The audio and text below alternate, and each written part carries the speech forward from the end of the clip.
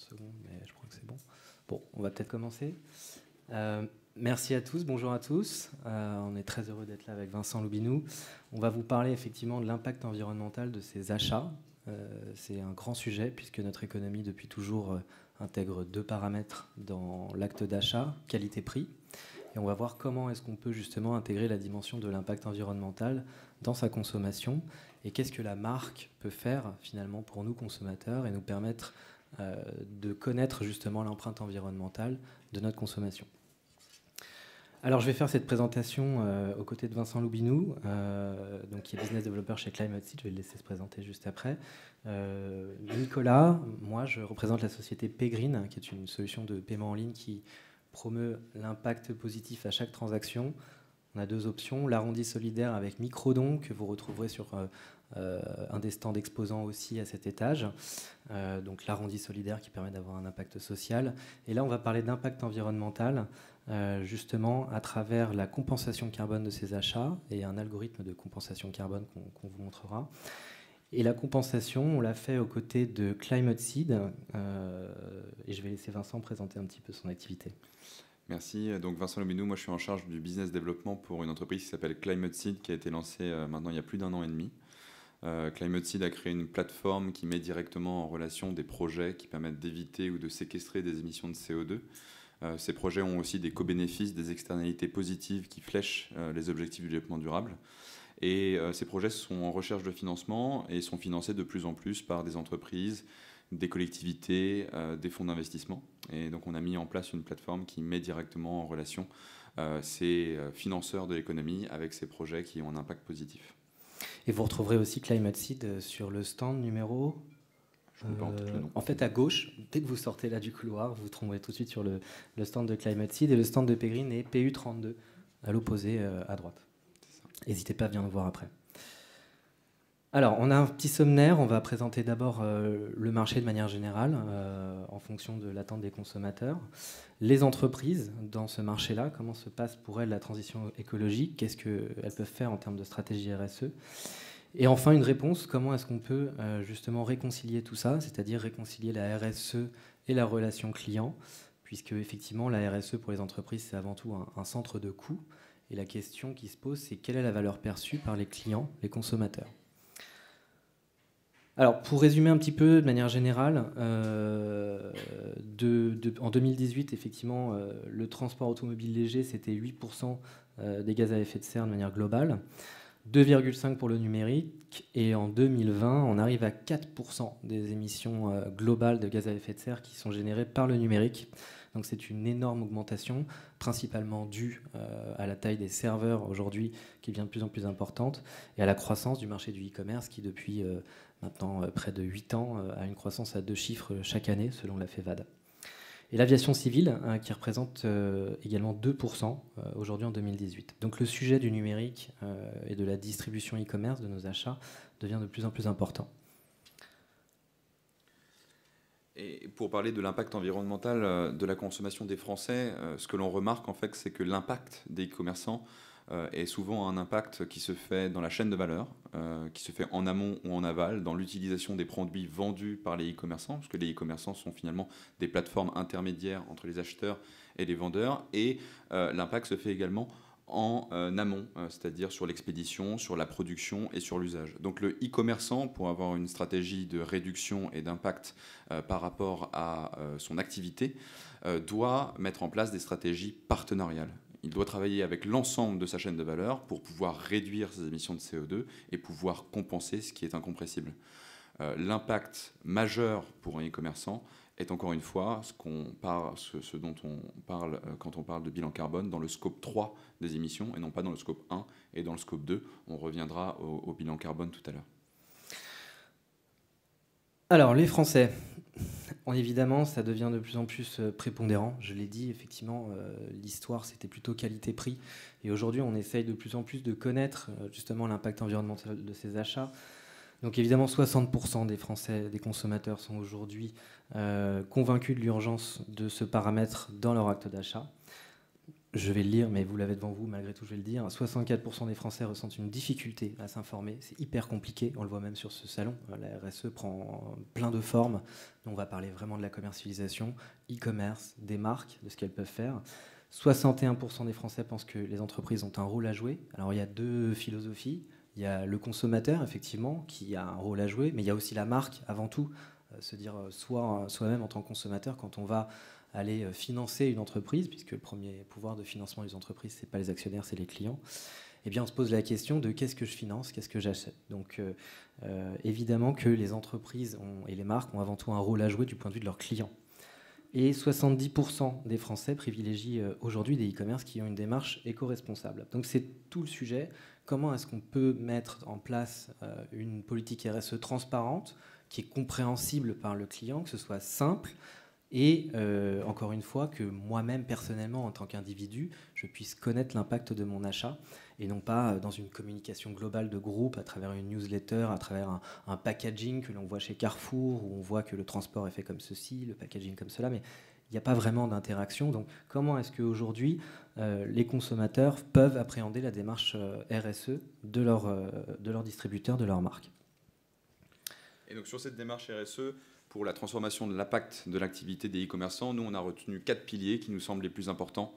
Le premier, c'est bien sûr le calcul des émissions carbone grâce à des méthodologies internationalement reconnues. Nous, on parle souvent avec le GHG protocole, qui est une méthodologie internationalement reconnue pour pouvoir faire un bilan carbone, et l'importance de prendre des facteurs d'émission qui soient nationales. De plus en plus, ces facteurs d'émission, l'ADEME a une base très complète, tendent à être nationales, et il faut prendre des facteurs d'émission qui sont nationales pour pouvoir faire un calcul qui est précis et valable. Ensuite, on pense qu'il faut s'appuyer sur les objectifs du développement durable qui ont été fixés par l'ONU en 2015, comme les 17 objectifs pour atteindre une société qui soit plus durable et transparente. Et donc atteindre ces objectifs du développement durable, pour nous, ça se fait par le lien avec le marché de la compensation carbone volontaire, sur lequel on reviendra tout à l'heure. Les projets de compensation carbone volontaire qui permettent d'éviter ou de séquestrer des émissions de CO2 aujourd'hui sont la porte d'entrée de plus en plus vers des externalités positives, transparentes et renseignées. Et on parlera de notre produit tout à l'heure. Ensuite, il y a la réduction de l'impact. La réduction de l'impact, c'est extrêmement important. C'est le pilier pour arriver à des modes de production qui soient plus respectueux de l'environnement. Aujourd'hui, un Français, c'est 12 tonnes de CO2. Et les puits de carbone sur le territoire français, c'est 2 tonnes. Donc on a ce qu'on appelle le facteur 6. Notre économie émet 6 fois plus de carbone que nos puits de carbone sur le territoire peuvent en capturer. Donc pour pouvoir arriver à la neutralité carbone sur le territoire français, il faut faire deux choses. Réduire de manière significative notre impact carbone de manière individuelle. Et bien sûr, les entreprises ont un rôle à jouer, et augmenter nos puits de carbone. Et c'est pour ça que pour augmenter nos puits de carbone, il faut étendre la démarche de son entreprise à sa clientèle pour créer ce cercle vertueux de financement de projets qui permettent d'augmenter les puits de carbone sur le territoire et qui permettent de contribuer à la neutralité carbone des territoires. Et donc voilà, le sujet c'est ça, c'est comment est-ce qu'on fait le pont entre d'un côté un projet bas carbone qui va finalement séquestrer tant de tonnes de CO2 par an, par exemple un projet d'éolienne offshore versus une centrale à charbon qui va produire à peu près la même production de kilowattheure. Donc comment est-ce qu'on fait pour créer le pont entre ce projet-là, qui va être vertueux pour nous tous, la marque et le consommateur? On va y venir. Donc on s'est dit qu'on allait créer un algorithme. Alors l'idée, effectivement, comme l'a dit Vincent, c'est de mesurer dans un premier temps. Donc, lorsqu'on est sur une supply chain e-commerce, eh bien, on a d'abord la navigation, évidemment, donc le poids de la page en octets, le temps passé sur une page, sur un site. Quand on vient lire de la vidéo ou des images HD, par exemple, Google avait sorti un audit il y a 4 ans disant que quand on envoie un mail Gmail avec une pièce jointe, ça correspond à une ampoule standard allumée pendant 4 heures. Donc quid de quel est l'impact de la navigation lorsque je viens charger de la vidéo, que je vais faire des requêtes serveurs lors du paiement, que je vais mettre mon adresse de livraison, un camion va transporter mon produit, quel est le taux de remplissage du camion, quel est son trajet, sa cylindrée, etc. Et justement, eh bien, notre algorithme est en capacité, avec environ 12 000 paramètres, de calculer en temps réel, en fonction du transporteur que l'on va choisir, du temps passé sur le site, en fonction du contenu du panier, d'effectuer un bilan carbone individualisé pour chacun des clients et permettre à la fin, lors du paiement, puisque c'est le dernier contact entre le client et le marchand, d'afficher individuellement à chacun le bilan carbone de son achat. Donc ça, c'est très intéressant, puisque aujourd'hui, on n'a pas vraiment d'étalon dans notre esprit. On parle souvent du prix psychologique, c'est-à-dire que si on perçoit qu'un produit est cher, on se dit qu'il va être de bonne qualité. Si on se dit qu'il n'est pas cher, on va dire qu'il est de petite qualité. Et au milieu, on a le standard qualité-prix.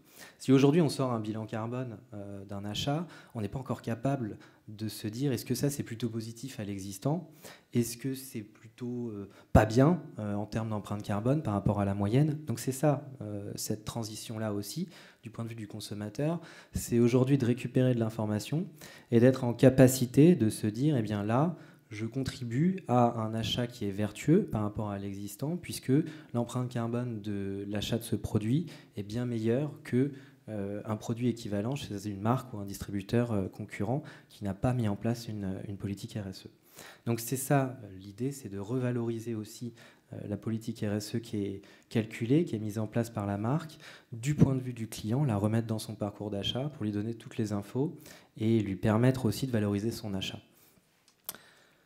Alors, évidemment, encore une fois, comme on l'a dit, ce n'est pas l'objet de newsletters qui viennent après, ce n'est pas l'objet d'une communication sur un packaging que l'on va voir chez Carrefour. L'idée, c'est de donner de l'information dans tout le parcours d'achat. Donc effectivement, là, vous voyez quelques petits masques, notamment le premier qui vous présente l'étape de la livraison sur un site e-commerce.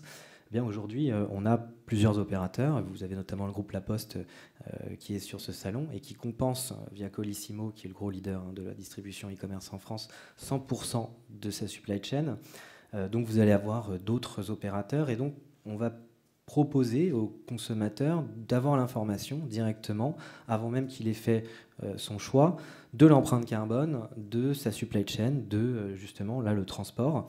Et on va essayer d'orienter le consommateur vers une empreinte la plus minime. Parce que comme l'a dit Vincent, le champion, c'est pas celui qui pollue le plus et qui contribue le plus forcément à un projet bas carbone, c'est celui qui évite au maximum les émissions et qui, sur le restant incompressible, va financer un projet bas carbone à hauteur des émissions incompressibles.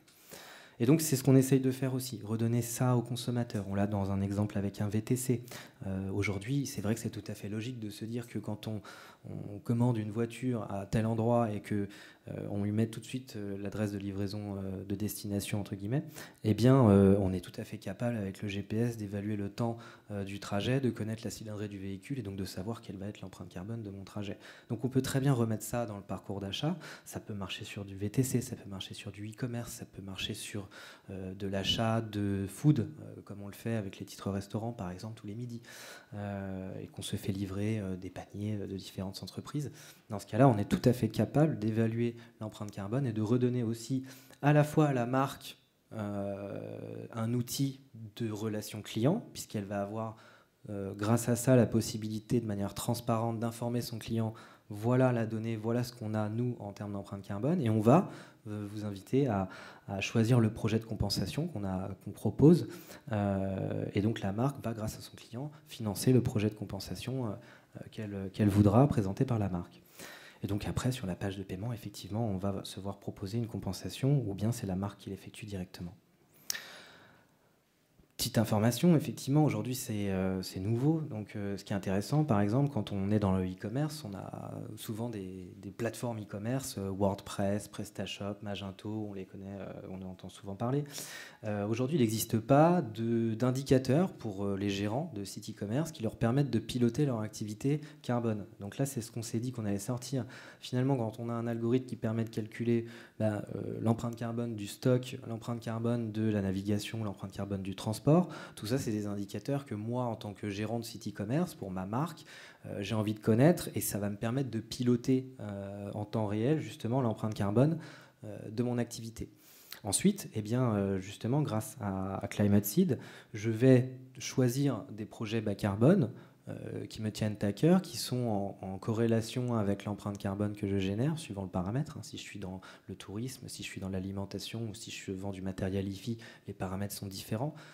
Donc ça, c'est toute l'expertise de Climate Seed. Et donc, eh bien aujourd'hui, on est en capacité de redonner cette information aux consommateurs. Ça fait un peu penser, vous savez, à quand dans la grande distribution, il y a la loi qui a imposé justement aux distributeurs de mettre le prix pour 100 grammes. Parce que souvent, on avait pour un même produit avec un contenant beaucoup plus gros, on avait l'impression qu'on faisait des économies d'échelle, et quand on regarde en fait le prix au 100 grammes, on ne s'aperçoit pas du tout. C'est aussi redonner du pouvoir aux consommateurs, c'est-à-dire que connaître l'information de l'empreinte carbone grâce à la marque, c'est rassurant. Savoir quel est le projet de compensation aussi, et avoir tous les indicateurs en amont de son achat, eh bien, ça permet justement de faire un choix éclairé. Donc c'est ça tout l'enjeu, c'est que la marque finalement ait tous les outils pour permettre de proposer aux consommateurs un achat transparent et aux consommateurs de se voir rassurés par rapport à d'autres acteurs de la distribution quant à l'empreinte carbone qui est générée et à l'action directement dans mon parcours d'achat qui est faite par la marque. Voilà, donc ça, c'est notre but, c'est redonner le pouvoir aux consommateurs, redonner aux marques des outils qui leur permettent aussi de valoriser leur engagement et de monétiser ça, puisque ce ne sera pas une communication après, mais ce sera en temps réel dans le parcours d'achat pour chacun d'entre nous. Je suis complètement d'accord avec Nicolas, c'est très bien dit. Je veux en remettre une couche sur effectivement le fait que le produit permette d'acculturer à son impact propre le client par rapport aux ses émissions de CO2. C'est le premier point du triptyque de l'ADEME, comprendre son impact. Ensuite, réduire en lui proposant des solutions plus bas carbone, notamment par exemple sur le transport quand on parlait du VTC. Puis enfin, lui proposer des projets de compensation pour ce qui est irréductible au moment de son acte d'achat. Eh bien, les projets du label bas carbone ou les projets de compensation carbone volontaire, ils viennent du marché de la compensation carbone volontaire. Le marché de la compensation carbone volontaire, aujourd'hui, il est florissant. C'est un marché qui va lier, comme je le disais au départ, de plus en plus d'entreprises à des projets qui permettent d'éviter de séquestrer des émissions de CO2, avec une règle qui est simple, puisque dans l'atmosphère, il n'y a pas de frontières. Le carbone qui est émis quelque part peut être compensé ailleurs, si bien que le projet est évidemment vérifié et a des certifications internationalement reconnues. Donc ça, c'est le marché de la compensation carbone volontaire. On a aujourd'hui une typologie de projets qui est extrêmement importante sur ce marché de la compensation carbone volontaire. On a des projets qui sont liés à la forêt, on a des projets qui sont liés à la gestion des déchets, aux énergies renouvelables, au management de l'eau. Et on va donc pouvoir, par rapport au e-commerçant, lui proposer un projet qui est en lien direct avec son activité. C'est un marché qui est principalement nord-sud. Aujourd'hui, 95% des projets de compensation carbone volontaire sont dans l'hémisphère sud, puisqu'ils découlent du protocole de Kyoto. Et l'idée du protocole de Kyoto en 1997, c'était de mettre en place un système de financement des pays du Nord vers les pays qui ne pouvaient pas faire leur transition énergétique. Ces projets, chez Climate Seed, on les sélectionne de manière très précise. On a un processus de sélection en 3 étapes pour vérifier que l'évitement ou la séquestration des émissions de CO2 sur ces projets est bien réel, quantifié, mesurable, additionnel. Notamment, on a mis en place un comité d'experts qui fait le lien entre la typologie de projet et les externalités positives du projet qui flèche les objectifs du développement durable, les fameux 17 ODD qui sont affichés derrière moi. Et aujourd'hui, donc, ces projets sont la porte d'entrée vers des co-bénéfices beaucoup plus larges. On a des projets, par exemple, qui permettent d'avoir un impact sur la biodiversité beaucoup plus large, sur la pauvreté, sur l'égalité entre les hommes et les femmes, sur la biodiversité, comme je le disais, ou sur la faim. Donc, le commerçant va pouvoir choisir, par rapport à son activité, un projet qui convient à ce qu'il vend. Et demain, on va pouvoir également lui proposer un projet en fonction d'un filtre géographique plus précis. Comme je le disais, ces projets découlent du protocole de Kyoto, donc à 95% ils sont dans l'hémisphère sud, mais il y a le label bas carbone qui a été lancé l'année dernière, en 2019, qui permet la certification de projets qui permet d'éviter ou de séquestrer des émissions de CO2 sur le sol français. Et donc on peut imaginer, il y a quelques projets qui sont déjà sortis de terre, ce n'est pas une métaphore puisque c'est des projets qui sont agricoles ou forestiers pour le moment, on peut imaginer que le e-commerçant choisisse ces projets et choisisse ces projets non pas uniquement par rapport aux EDD mais par rapport à la région dans laquelle il opère. On a aujourd'hui 20-25 projets du label qui sont aujourd'hui sortis de terre et sont en préfinancement et on attend une forte croissance sur ce marché en France dans les années à venir. Oui, effectivement, je veux juste rajouter un tout petit truc. C'est vrai qu'aujourd'hui, habituellement, la RSE, on avait des projets en Amazonie, etc. C'est assez éloigné de nos considérations en tant que consommateurs. L'engagement bas carbone de la France d'ici 2050 va faire que, effectivement, un e-commerçant qui, par exemple, est à Brest, va pouvoir proposer à ses clients le financement via son activité d'un projet dans la région. Ce qui est quand même très intéressant aussi pour soi, lorsque on consomme régional d'entreprises de la région et qu'en plus on permet le financement de projets bas carbone de manière locale, qu'on va directement pouvoir aller voir, visiter, etc. Donc là, il y a aussi un rapprochement. On parlait justement de comment est-ce qu'on réconcilie le projet, le consommateur et l'entreprise. Ça vient effectivement aussi de la région géographique dans laquelle on vit. Et donc ce label bas carbone qui va proposer une neutralité carbone pour la France d'ici 2050 avec la naissance de projets en France change la donne totalement. Ça va devenir quelque chose de concret, de palpable, avec une corrélation entre l'activité économique, l'endroit où je vis et la qualité de vie.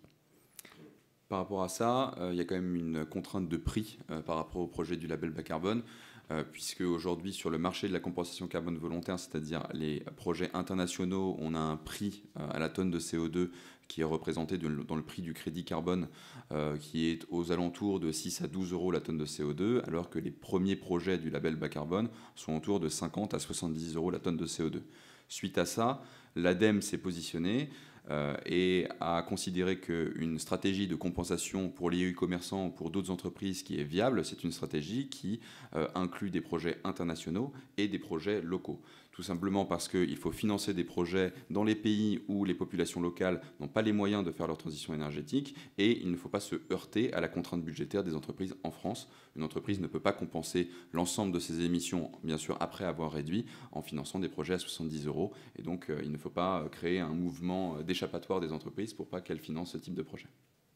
Alors, ça me donne une petite idée, parce qu'effectivement, on a parlé de choses abstraites. Pour comprendre, avant de finir, et puis je veux juste que ce soit un peu plus concret. Hop. Bon, c'est pas grave. Là, voilà.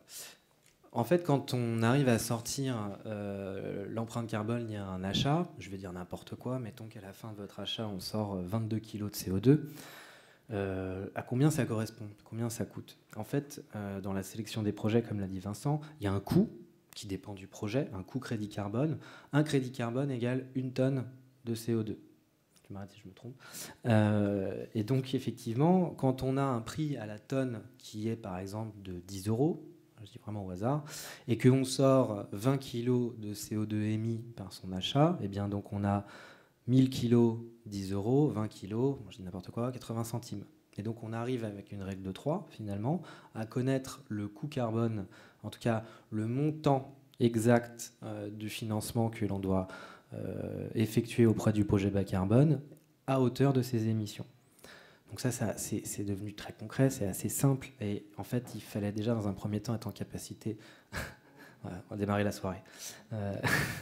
D'être en capacité de le mesurer. Et puis c'est ça aussi la grosse différence, c'est de ne pas l'avoir de manière générale au niveau groupe, mais que je puisse l'avoir sur un ticket de caisse directement en fonction du contenu de mon panier, de ma distribution, de ma navigation, de tous mes paramètres, et que je sache exactement combien ça coûte. Voilà, donc ça c'est ce qui va arriver, et c'est effectivement le gros virage de notre économie aussi. On l'a vu du point de vue financier avec les données SDGs que l'on a aussi en comptabilité. Aujourd'hui, on va le retrouver en économie de consommation, et on va remettre justement ces paramètres d'impact avec le coût exact dans son parcours d'achat, afin que justement on sache tous quelle est l'empreinte environnementale et combien ça va coûter à l'entreprise. Et donc la question, c'est qui est-ce qui va porter ce coût? Et là, il y a deux stratégies pour le e-commerçant. Est-ce que je le prends à ma charge ou est-ce que je fais choisir à mes clients un projet, deux projets à part dans un pool de projets prédéfinis au départ, et que ce soit le client lui-même qui, de manière volontaire, sur la base de microdons, on pourrait parler de microdons climatiques, finance ces projets du label bas carbone. Donc ça, on est en train de discuter avec certains e-commerçants et les stratégies sont doubles. On peut avoir une stratégie, par exemple, de prise en compte de cet impact financier par les entreprises, où c'est plutôt le consommateur qui va, de manière volontaire, financer ce type de projet avec un abondement de l'entreprise. Il y a les deux possibilités. Exactement. Voilà, je voulais rajouter quelque chose, mais ça m'est un petit peu sorti de l'esprit, c'était très bien. Écoutez, voilà, c'est ce qu'on voulait vous dire aujourd'hui. Et effectivement, tout l'enjeu, encore une fois, tout le salon, c'est la RSE. C'est vraiment comment est-ce que la marque, le distributeur, est en capacité de valoriser justement cet investissement, toutes ces actions-là, du point de vue du consommateur, du point de vue du marché. Et donc, c'est la mission qu'on s'est fixée aujourd'hui, donner un maximum d'outils à la fois aux marques, aux distributeurs et aux consommateurs pour faire en sorte que la consommation participe à l'amélioration de la qualité de vie. Merci à tous. Si vous avez des questions, n'hésitez pas. Oui. Bonjour. L'algorithme que vous avez présenté, là, on est surtout donc e-commerce, Oui. clients finaux. Dans le cadre d'achat en B2B, Mhm. l'algorithme peut être utilisé également. Bien sûr, bien sûr. De prestataires, par exemple. Bien sûr, tout à fait. En fait, l'algorithme qu'on a créé, il est créé de manière générique, c'est-à-dire qu'on a des paramètres standards dans l'activité e-commerce, mais il est tout à fait adaptable. Encore une fois, il y a 12 000 paramètres. Il peut être intégré dans un back-office d'assurance et en prenant en compte effectivement le parcours d'achat, la supply chain de l'assureur et permettre d'afficher en fin de parcours un bilan carbone. De la même manière, l'assureur peut effectuer un bilan carbone avec une compensation de toute son activité et elle peut avoir envie de le remettre dans le parcours client de manière individualisée. Donc c'est tout à fait possible. Pour expliquer, effectivement, Perrine, c'est une solution de paiement, mais ce dont on vous parle aujourd'hui, ce sont des API. Donc le produit qu'on a créé ensemble est un produit plug and play qui peut être intégré soit en API directement dans un back-office quel qu'il soit directement dans un parcours d'achat via des modules PrestaShop, Magento, WordPress dans son parcours client e-commerce. Mais c'est fait effectivement en tant qu'API pour s'intégrer un petit peu partout et on peut tout à fait faire du custom ensemble, bien sûr. Oui. Est-ce que c'est une démarche que vous faites dans plusieurs pays ou c'est juste en France ? Alors c'est tout à fait possible dans plusieurs pays. La seule contrainte, c'est la traduction dans le parcours d'achat pour que la langue soit la bonne. Mais on n'a pas les contraintes, encore une fois, pour utiliser ce module-là qu'on peut avoir dans la monétique bancaire, les accords bancaires, le 3D Secure que l'on connaît tous, etc. Donc il peut être un petit peu plus compliqué lorsqu'on travaille avec des clients étrangers. Là, il n'y a pas de problème. C'est une API ou un module qui peut s'intégrer sur n'importe quel site. Et la seule contrainte, après, c'est la langue dans le parcours d'achat. Pour l'instant, oui, mais effectivement, il n'y a pas de frein. On a des discussions avec des gros acteurs internationaux en cours et je ne vais pas dévoiler les noms, mais oui, des internationaux pour tous les pays. Il y a un autre facteur, c'est l'intégration des facteurs d'émission des pays pour le calcul du parcours d'achat des clients, des émissions carbone du parcours d'achat des clients. Et donc ça, effectivement, comme c'est une API, on peut prendre la donnée des différentes bases de données pour avoir les facteurs d'émission et c'est assez simple. Aujourd'hui, on travaille avec l'ADEME pour les e-commerçants français, mais on pourrait travailler avec d'autres bases de données internationales pour avoir les facteurs d'émission qui soient au plus proche des émissions du pays donné. Voilà, donc de manière transversale, effectivement, il y a l'ADEME, mais encore une fois, sur la question précédente sur la customisation, demain, si un acteur du textile a déjà fait son bilan carbone du primaire et du secondaire sur sa production, là, on va pouvoir travailler en direct avec lui pour faire une évaluation globale de l'empreinte carbone du stock et être en capacité de dire quand un client va mettre X et Y produits dans son panier, quelle est l'empreinte carbone exacte de son achat. Donc on a des données de manière générique, mais évidemment, la granulométrie est hyper fine quand on travaille avec des marques qui ont déjà effectué leur bilan carbone et qui ont justement cette problématique de le mettre ailleurs que dans une newsletter.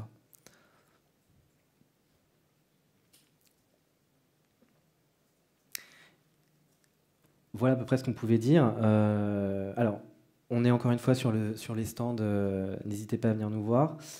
Pour la petite histoire, effectivement, avec Vincent, on s'est rencontrés il y a 2 ans sur le Climate Finance Day. Eux, ils avaient donc cette plateforme d'expertise de présentation des crédits carbone que vous pouvez retrouver sur le site de climateseed.com. Et puis nous, on avait cet algorithme de compensation carbone qui effectue le bilan carbone. Donc on s'est rendu compte que notre activité s'arrêtait là où commence la leur. Et donc on a créé ce produit commun qui permet justement aux marchands d'avoir un produit plug and play, total, packagé pour le e-commerce et transparent pour les clients. Voilà, merci à tous et n'hésitez pas à venir me voir. Merci.